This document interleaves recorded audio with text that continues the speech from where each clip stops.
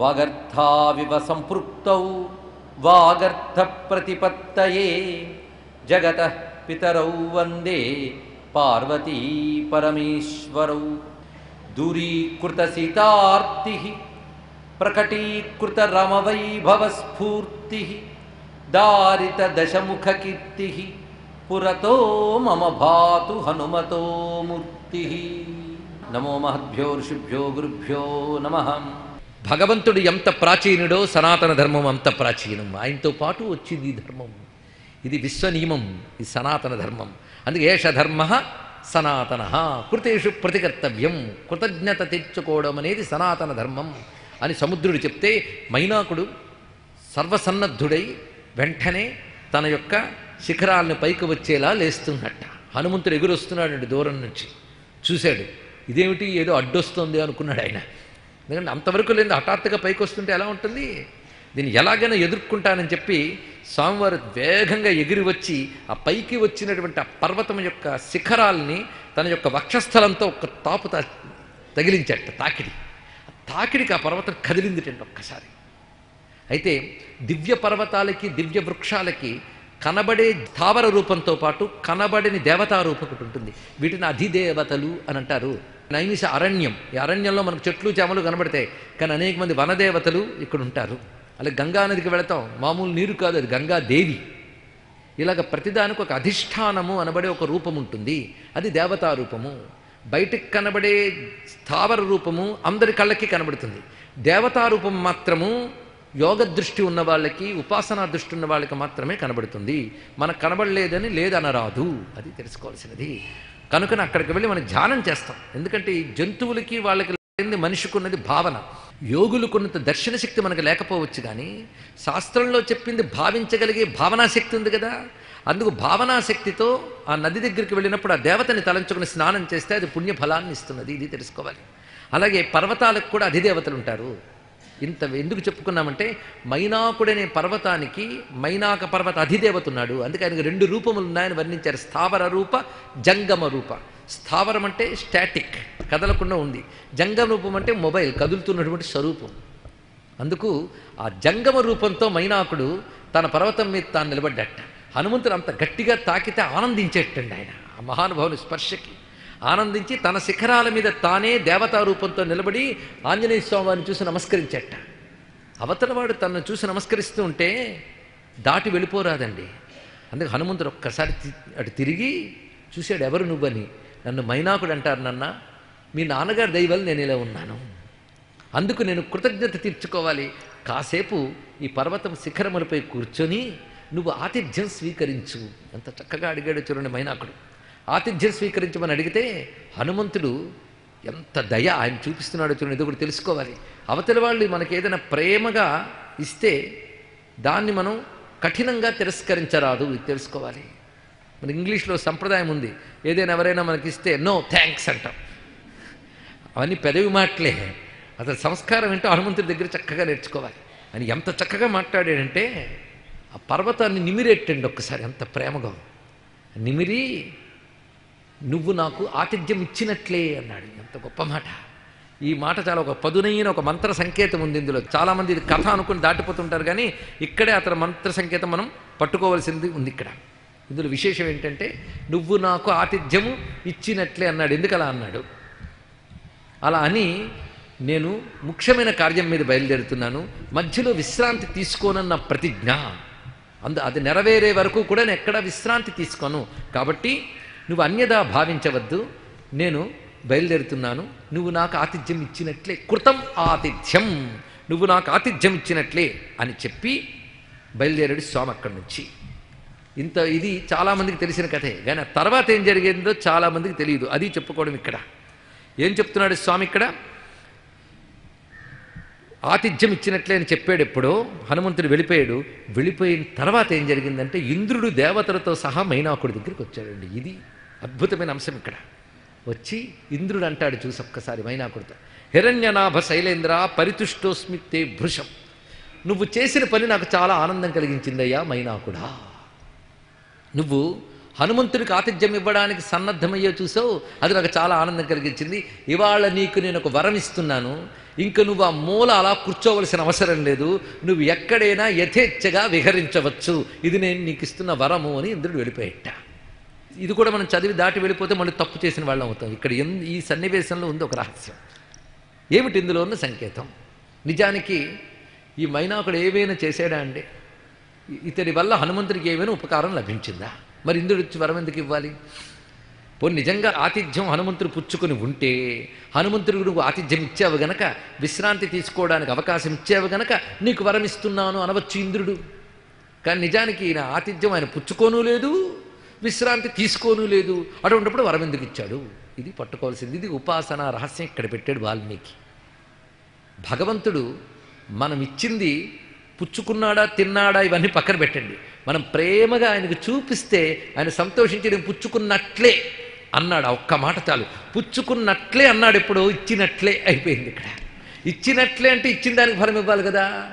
అందుకు హనుమంతునికి మనం ఏదైనా భక్తితో సమర్పిస్తే దానికి ప్రతిఫలం ఏంటంటే దేవతలు కూడా వచ్చి మనకు నమస్కారం చేసి మనకి ఏం కావాలో అది ఇస్తారండి. అది తెలుసుకోవాల్సింది. అందుకు హనుమంతుడిని ఆ మాత్రం పూజించినందుకు, పూజ అంటే అదే కదా, పువ్వులు పళ్ళు ఇచ్చి కూర్చోబెట్టడమేగా, పైగా ఇస్తానని సంకల్పించినందుకు, ఆ సంకల్పానికి గాను ఇంద్రుడు ఎలాంటి స్థితి ఇచ్చాడండి? నిర్భయ స్థితి ఇచ్చాడు. నీకు ఎక్కడ ఏం పర్వాలేదన్నాడు. కనుక హనుమద్భక్తులకి ఎక్కడ ఏమీ పర్వాలేదు, దేవతలు కాపాడుకుంటారు వాడిని.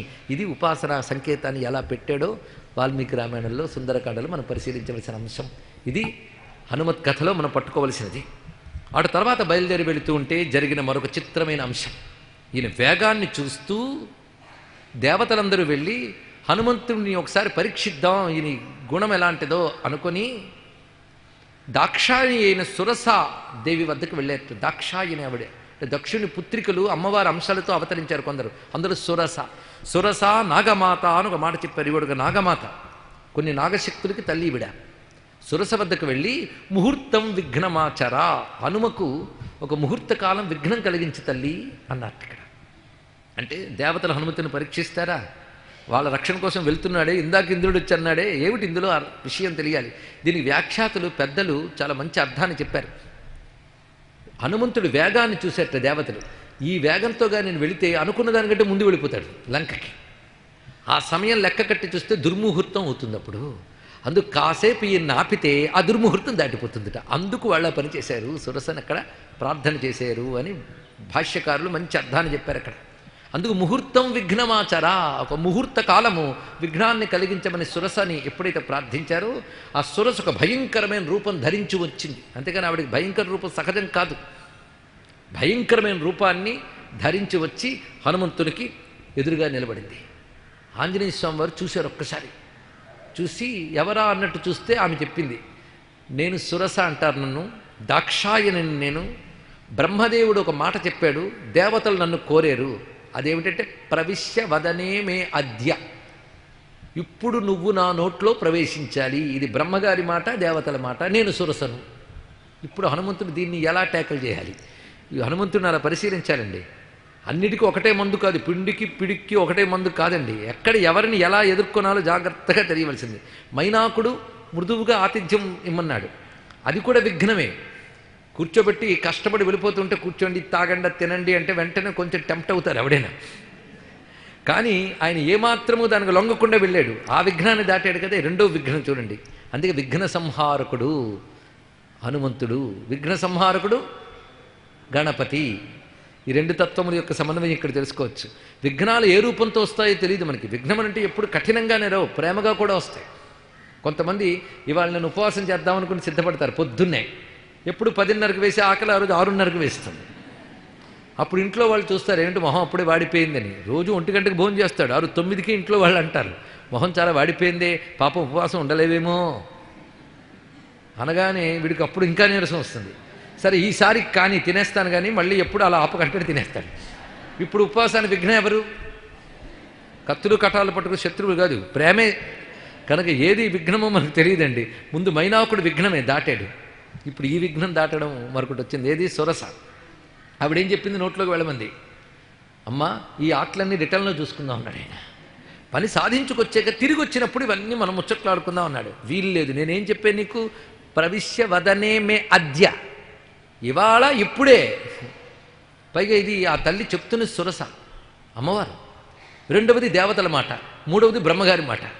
ఎప్పుడైనా సరే పెద్దవాళ్ళు అయినప్పుడు మాత్రం వాళ్ళ మాటను గౌరవించాలి. ఇది హనుమంతుడు. లేకపోతే పక్కకు తోసి వెళ్ళిపోగలడు ఆయన. కానీ దేవతల వాక్కు, బ్రహ్మగారి వాక్కు, అమ్మవారు. అందుకు సరే కానీ తల్లి నేను సిద్ధం అన్నట్ట. వెంటనే నా తల్లి నోరు తెరిచింది. వెంటనే అంత ఉన్న హనుమంతుడు క్షణంలో ఊహించని విధంగా అంత పెరిగాడు కదా రూపం. క్షణంలో దేహం సంక్షిప్య మారుతి, తన రూపాన్ని అత్యల్పం చేసి ఆ నోట్లోకి అలా వెళ్ళి ఇలా వచ్చేట. తల్లిని ముచ్చట తెచ్చానా లేదా, నోట్లోకి వెళ్ళమన్నా వెళ్ళాను వచ్చాను అన్నాడు. శభాష్ అందట ఆ తల్లి, మంచి పని చేసావు నాయనా అని దీవించి బయలుదేరి, నువ్వు అనుకున్న పని చక్కగా సాధించుకు వస్తావు. గచ్చతాత యథా సుఖం, హాయిగా వెళ్ళి ఆశీర్వదించిందండి. ఇందులో కూడా అనేక సంకేతాలు కనబడతాయి మనకి. ఎందుకంటే సురస సాక్షాత్తు పరాశక్తి ఆ వదనంలోకి వెళ్ళి రావడం వల్ల రామకార్యం కోసం ఆ శక్తి తనదైన శక్తిని హనుమంతుల్లో ప్రవేశింపజేసింది. ఇప్పుడు హనుమంతుల్లో మరొక శక్తి కలిసింది. ఇదొక సంకేతం. అది తీసుకుని బయలుదేరాడు స్వామి. అలా కొంత దూరం వెళ్ళేటప్పటికల్లా ఛాయాగ్రాహిణి అంటే నీడ పట్టి బింబాన్ని ఆపగలదు, ప్రతిబింబాన్ని పట్టుకుని బింబాన్ని ఆపగలిగిన ఒకానొక అసుర శక్తి ఛాయాగ్రాహిణి. ఈవిడికే మరొక పేరు సింహిక. ఈ సింహిక హనుమంతుడు ఎగురుతూ ఉంటే నీటి మీద పడుతూ ఉంటే నీడను పట్టిందట. ఒక్కసారి నీడను పట్టగానే ఆయన కదలికి ఆగిపోయిందిట. ఈ సింహిక సామాన్యురాలు కాదు, హిరణ్యకశిపుడు హిరణ్యాక్షుల యొక్క చెల్లెలేమే. అన్నలు పోయారు కానీ ఈవిడుంది ఇక్కడ. ఆవిడకి ఇప్పుడు మూడిందనమాట. పట్టింది అక్కడ గట్టిగా. ఈవిడికో ప్రత్యేకమైన విద్య అది పట్టింది. అప్పుడు అనుకున్నట్టు, ఓహో నాకు మా సుగ్రీవుడు పంపేటప్పుడు దక్షిణం వైపు సముద్రంలో ఒకటి ఉంటుంది అని చెప్పాడు, ఇదన్నమాట అన్నాడు. మనం అనుకున్నాక జాగ్రఫీలో మహాపండితుడే అని చెప్పాడు అక్కడ. ఓహో ఇదన్నమాట గుర్తుకొచ్చింది. అప్పుడు వెంటనే తన శరీరాన్ని కాస్త పెంచాడు. పెంచగానే అది పట్టు విప్పింది. పట్టు విప్పి నోరు తెరిచింది. ఎంత నోరు అంటే నువ్వు ఎంత ఉన్నా అంత మింగాలనని నోరు తెరిచింది. అంత ఉన్న హనుమంతుడు క్షణంలో ఊహించని విధంగా అంత పెరిగాడు కదా రూపం. క్షణంలో దేహం సంక్షిప్య మారుతి, తన రూపాన్ని అత్యల్పం చేసి ఆ నోట్లోకి అలా వెళ్ళి ఇలా వచ్చేట. తల్లిని ముచ్చట తెచ్చానా లేదా, నోట్లోకి వెళ్ళమన్నా వెళ్ళాను వచ్చాను అన్నాడు. శభాష్ అందట ఆ తల్లి, మంచి పని చేసావు నాయనా అని దీవించి బయలుదేరి, నువ్వు అనుకున్న పని చక్కగా సాధించుకు వస్తావు. గచ్చతాత యథా సుఖం, హాయిగా వెళ్ళి ఆశీర్వదించిందండి. ఇందులో కూడా అనేక సంకేతాలు కనబడతాయి మనకి. ఎందుకంటే సురస సాక్షాత్తు పరాశక్తి ఆ వదనంలోకి వెళ్ళి రావడం వల్ల రామకార్యం కోసం ఆ శక్తి తనదైన శక్తిని హనుమంతుల్లో ప్రవేశింపజేసింది. ఇప్పుడు హనుమంతుల్లో మరొక శక్తి కలిసింది. ఇదొక సంకేతం. అది తీసుకుని బయలుదేరాడు స్వామి. అలా కొంత దూరం వెళ్ళేటప్పటికల్లా ఛాయాగ్రాహిణి అంటే నీడ పట్టి బింబాన్ని ఆపగలదు, ప్రతిబింబాన్ని పట్టుకుని బింబాన్ని ఆపగలిగిన ఒకానొక అసుర శక్తి ఛాయాగ్రాహిణి. ఈవిడికే మరొక పేరు సింహిక. ఈ సింహిక హనుమంతుడు ఎగురుతూ ఉంటే నీటి మీద పడుతూ ఉంటే నీడను పట్టిందట. ఒక్కసారి నీడను పట్టగానే ఆయన కదలికి ఆగిపోయిందిట. ఈ సింహిక సామాన్యురాలు కాదు, హిరణ్యకశిపుడు హిరణ్యాక్షుల యొక్క చెల్లెలేమే. అన్నలు పోయారు కానీ ఈవిడుంది ఇక్కడ. ఆవిడకి ఇప్పుడు మూడిందనమాట. పట్టింది అక్కడ గట్టిగా. ఈవిడికో ప్రత్యేకమైన విద్య అది పట్టింది. అప్పుడు అనుకున్నట్టు, ఓహో నాకు మా సుగ్రీవుడు పంపేటప్పుడు దక్షిణం వైపు సముద్రంలో ఒకటి ఉంటుంది అని చెప్పాడు, ఇదన్నమాట అన్నాడు. మనం అనుకున్నాక జాగ్రఫీలో మహాపండితుడే అని చెప్పాడు అక్కడ. ఓహో ఇదన్నమాట గుర్తుకొచ్చింది.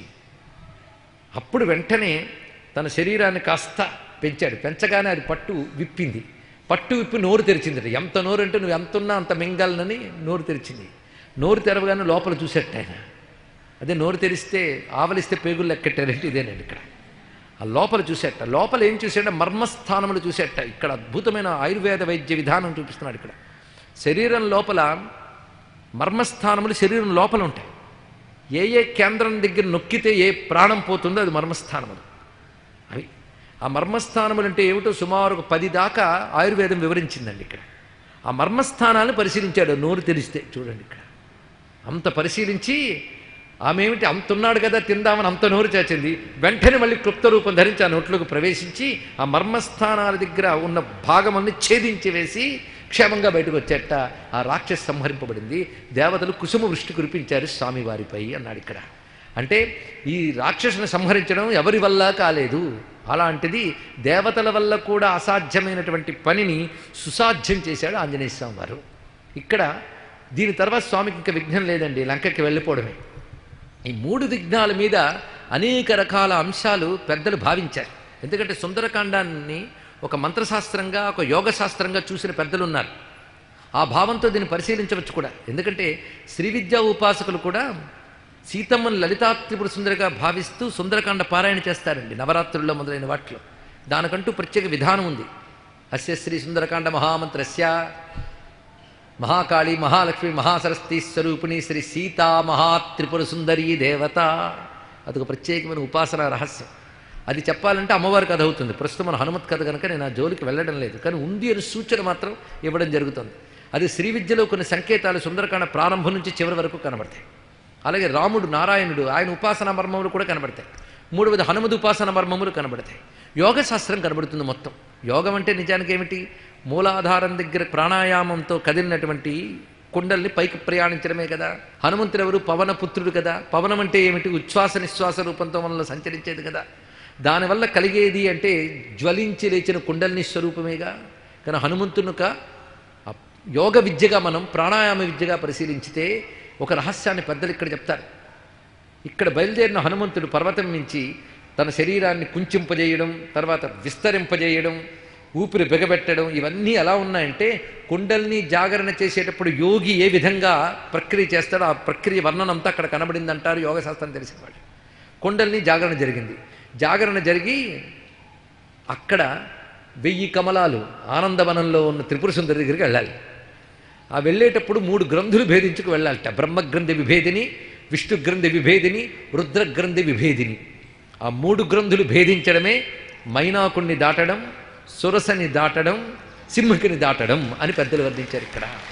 ఇంకా చివరికి అశోక అంటే ఆనందధామమైనటువంటి ఆ చోట 1000 స్తంభాల మండపంలో కూర్చొని లలితాంబను చూడడం అని పెద్దలు ఈ విధమైన అన్వయం ఇచ్చారండి. ఇది కూడా బాగుంది, గ్రహించితే తప్పేం లేదు. ఇంకొక అద్భుతమైన భావం ఇక్కడ చూపిస్తాడు. ఇక్కడ మొదట మైనాకుడు విశ్రాంతి తీసుకోవాలని ఎంత ప్రేమగా చెప్పాడు కదా, ఇది సత్వగుణం. అటు తర్వాత వీళ్ళేది వాళ్ళు ఎలాగైనా ప్రవేశించాలి అన్నది కదా, అది రజోగుణం. మూడవది రాక్షసి సింహిక, అది తమోగుణం. ముక్తి పొందాలంటే 3 గుణాలు దాటాలి. అది త్రిగుణాలను దాటి వెళ్ళి త్రిగుణాతీత స్థితికి చేరిన యోగి వలె హనుమంతుడు ఈ 3ంటిని దాటాడు అని అన్వయాన్ని కూడా అన్వయిస్తాం. ఇన్ని రకాలుగా దీన్ని మనం భావన చేయవచ్చు. మొత్తానికి 3 రకాల విఘ్నాలు దాటి వెళ్ళాడు. ఇంత యోగపరంగా చెప్పుకున్నాం, మంత్రపరంగా చెప్పుకున్నాం, గుణపరంగా జ్ఞానపరంగా చెప్పుకున్నాం. ఇప్పుడు మరొక్క లౌకికంగా మనం మాట్లాడాలి అంటే, ఒక కార్యం సాధించాలి అంటే ఎంత ఏకాగ్రత ఉండాలో దీన్ని బట్టి తెలుసుకోవాలి. పిల్లలు ముఖ్యంగా తెలుసుకోవాలండి. ఎంత ఏకాగ్రత, దీని ఫోకస్ అని అంటారు. ఫోకస్, నీ లక్ష్యం వైపు దృష్టిని నిబద్ధించి ఉంచు, పక్కకి చెదరనివ్వకు. ఆ వెళ్ళే మార్గంలో నీకు ఆకర్షణలు ఎదురవుతాయి, వికర్షణలు ఎదురవుతాయి. నిన్ను ఆకర్షించేలాగే లగ్జరీస్ కనబడవచ్చు, భోగాలకు లొంగకు. ఒక్కొక్కప్పుడు నీకు భయంకరమైనవి ఎదురు కావచ్చు. అన్ని చోట్ల బలం చూపించు, కొన్ని చోట్ల యుక్తి చూపించు, కొన్ని చోట్ల శక్తి చూపించు. అది ఇక్కడ మొట్టమొదట భోగాలను కూడా అక్కర్లేదు అని చెప్పడం మైనాకుడి దగ్గర కనబడుతుంది. అందుకే కార్యసాధకుడు ఉండవలసిన లక్షణాలు మీరే ఇప్పటి వరకు రాస్తే కొన్ని టిప్స్ బయటపడతాయండి. మొట్టమొదటి ఉండవలసింది సెల్ఫ్ కాన్ఫిడెన్స్, అది మనం చూపించాం. అదేవిధంగా కాన్ఫిడెన్స్ ఆన్ గాడ్, అది మొట్టమొదటి వచ్చింది. మూడవది ఇప్పుడు మనం పరిశీలిస్తే ఈ 3 పరిశీలిద్దాం. మొదట భోగలాలస ఉండరాదు. ఎప్పుడూ కూడాను విశ్రాంతి, భోగము వీటి వైపు దృష్టి ఉండరాదు. ముఖ్యంగా పిల్లలకి ఇవి నేర్పాలండి. సక్సెస్ టిప్స్లో ఇది. రెండవది యుక్తి చూపించాడు. సురస దగ్గర శక్తి చూపించలే, యుక్తిని ప్రకటించి చక్కగా తప్పుకున్నాడు అక్కడ. ఆ విధంగా అందుకు అవసరమైనప్పుడు యుక్తిని ప్రయోగించి మనకు అడ్డంకుల్ని తొలగించుకుంటూ వెళ్ళాలి. మూడవది వచ్చినప్పుడు శక్తిని ప్రకటించాడు, బలాన్ని ప్రకటించి అవరోధాన్ని తొలగించాడు. అందుకు మొదట చూపించినది తీవ్రమైనటువంటి ఏకాగ్రత, రెండవది యుక్తి, మూడవది శక్తి. దీన్ని చూపించి దాటాడు. ఆ వెళుతున్న హనుమంతుడిని చూస్తూ గగనమండలంలో విద్యాధరులు, దేవతలు, ఋషులు దండం పెడుతున్నారట. ఇది వాల్మీకి వర్ణిస్తాడు ఇక్కడ. దీన్ని బట్టి వెళుతున్నది సాక్షాత్ మంత్రమూర్తి వెళుతున్నాడు. అందుకు దేవతలందరూ నమస్కరిస్తున్నారు. ఇంద్రుడు వెళ్ళి మైనాకుడితో మాట్లాడాడని ఇందాక చెప్పామే, ఇందులో ఒక మంత్ర సంకేతం మరొకటి పట్టుకోవాలి మనం. ఎందుకంటే హనుమంతుడి మంత్రములు చాలా ఉన్నాయి. పంచముఖాంజనేయ మంత్రం, సువర్చలాంజనేయ మంత్రము, వీర హనుమన్ మహామంత్రము, మొత్తం 500 మంత్రాలు ఉన్నాయని చెప్పాం. అందులో ఒకటి ఆపదుద్ధారక హనుమన్ మహామంత్రం అని ఉంది ఒకటి. ఆ మంత్రానికి ద్రష్ట ఉంటాడు. ఒక్కొక్క మంత్రానికి ఒక్కొక్క ఋషి ద్రష్ట. ఆ హనుమన్ మంత్రానికి ద్రష్ట ఎవరయ్యా అంటే శచీ పురందర ఋషి అన్నారు ఇక్కడ. పురంధరుడు అంటే ఇంద్రుడు. శచీ పురందర ఋషి అంటే శచీదేవితో ఉన్నటువంటి ఇంద్రుడు ఆ మంత్రానికి ద్రష్ట. అంటే ఆయన తపస్సుకు ఆ మంత్రం గోచరించింది, ఆయన ఉపాసించాడు ఆ దేవతని. అంటే ఇంద్రుడు హనుమన్ మంత్ర ఉపాసకుల్లో ఒకడు. ఇది తెలుసుకోవాల్సింది. ఎందుకంటే మొట్టమొదటి వజ్రాయుధంతో కొట్టాడుగా, లెంపలేసుకున్నాడు. తర్వాత హనుమన్ మంత్రం జపిస్తూ ఆయన ఆరాధన చేశాడు. అది ఇంద్రుడు మొట్టమొదటి భక్తుడు అతను. ఈ మంత్రం జపించే వాళ్ళందరూ ఋషిగా ఆయన నమస్కారం చేసుకోవాలి. శచీ పురందర ఋషయే నమః అని. ఇప్పుడు కొంతమందికి బాగా తెలుసు, కన్యాకుమారి దగ్గర సుచీంద్రం అని కూడా అంటూ ఉంటారు. హనుమంతుడి పెద్ద విగ్రహం ఉంది చూసారా? కొందరు వెన్న రాస్తూ ఉంటారు, తోకకు బొట్లు కూడా పెడుతుంటారు. సుచీంద్రం అంటూ ఉంటారు, కానీ దాని అసలు పేరు శచీంద్రం అండి. ఇది తెలుసుకోవాలి. శచీంద్రము అంటే శచీ పురంధరుడు ఋషిగా ఇంద్రుడు హనుమంతుని ఉపాసించినటువంటి చోటు కనుకనే శచీంద్రము. అది తెలుసుకోవాల్సింది. హనుమన్ మంత్రానికి శచీ పురంధరుడు ఇంద్రుడు ఋషి. అందుకే ఆ ఇంద్రుడు ఋషి కనుకనే హనుమంతుడిని గౌరవించాలనుకున్న మైనాకుడి దగ్గరికి ఇంద్రుడు వెళ్ళి చెప్పడంలో ఆంతర్యం కూడా అదేనండి ఇక్కడ.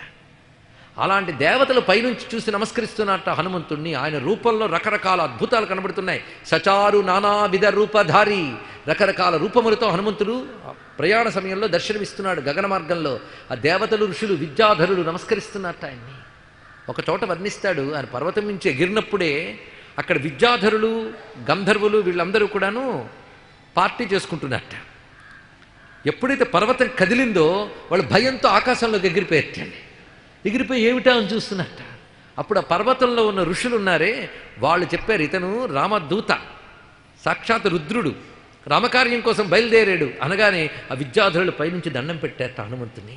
అలా ఎగిరి వెళుతూ ఉంటే త్రోవలో అనేక మంది ఋషులు నమస్కరిస్తున్నారు. ఆ ఋషులు నమస్కారం చేసిన మహామంత్రములన్నీ కలబోసి ఒక్క పద్యంలో మనం దర్శిస్తే, మంగళ రూప అయ్య హరి మర్కట మర్కట పంచవక్త్ర ఖట్వాంగ మహాశిఖేట కుధరామృత కుంభ శృణి ప్రదీపితోత్తుంగ కరాంబుజాత నవతోయదమూర్తి త్రిపంచ నేత్ర సర్పాంగద కంఠహార కరుణాంబుది నన్ కృపజూడు మారుతి, నన్ కృపజూడు మారుతి. ఇలా దేవతలు ఋషులు స్తుతిస్తూ ఉంటే స్వామివారు గమనం చేస్తూ క్రమంగా లంకలో అడుగుపెట్టారు. అడుగుపెట్టడం ఆ సాయంకాల సమయంలో ఆ లంకా నగరంలో త్రికూటమనే పర్వతం యొక్క శిఖరంపై అడుగుపెట్టాడు.